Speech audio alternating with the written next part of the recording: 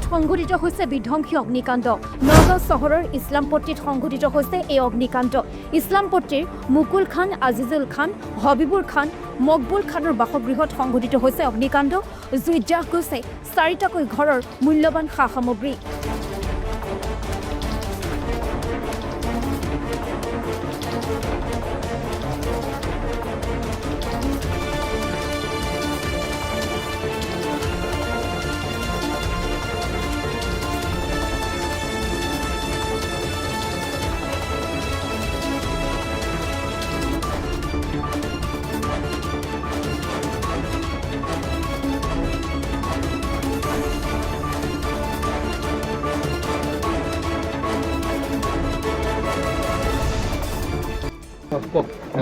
হৈছিল মানে আপোনাৰ ৰাতিপুৱা তেতিয়া 9:30 বাজে। আমাৰ সকলো মানে ভাই ককাই সিহঁতে ঘৰৰ পৰা খাই নিজৰ নিজৰ ডিউটিত ওলাই গ'ল কামত, আৰু মাইকী মানুহ ল'ৰা ছোৱালী লৈ আপোনাৰ স্কুলত গুচি গ'ল, ঘৰত কোনো নাই।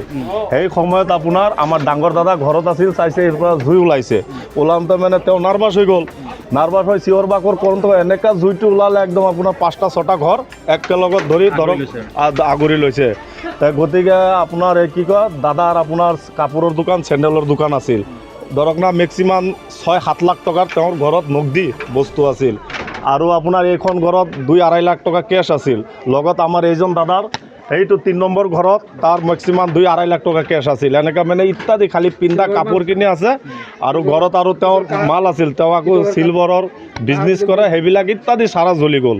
একো এটা বচাব পৰা নাই ঘৰত, খালি পিন্ধা কাপোৰকেইটা বচিখিনি লগত আছে। ভৰিৰ চেণ্ডেলো বচাব পৰা নাই। নাই বচাবলৈ ফায়াৰ ব্ৰিগেড আহিছে, মানে ফায়াৰ ব্ৰিগেড অহালৈকে মানে জ্বলি শেষ।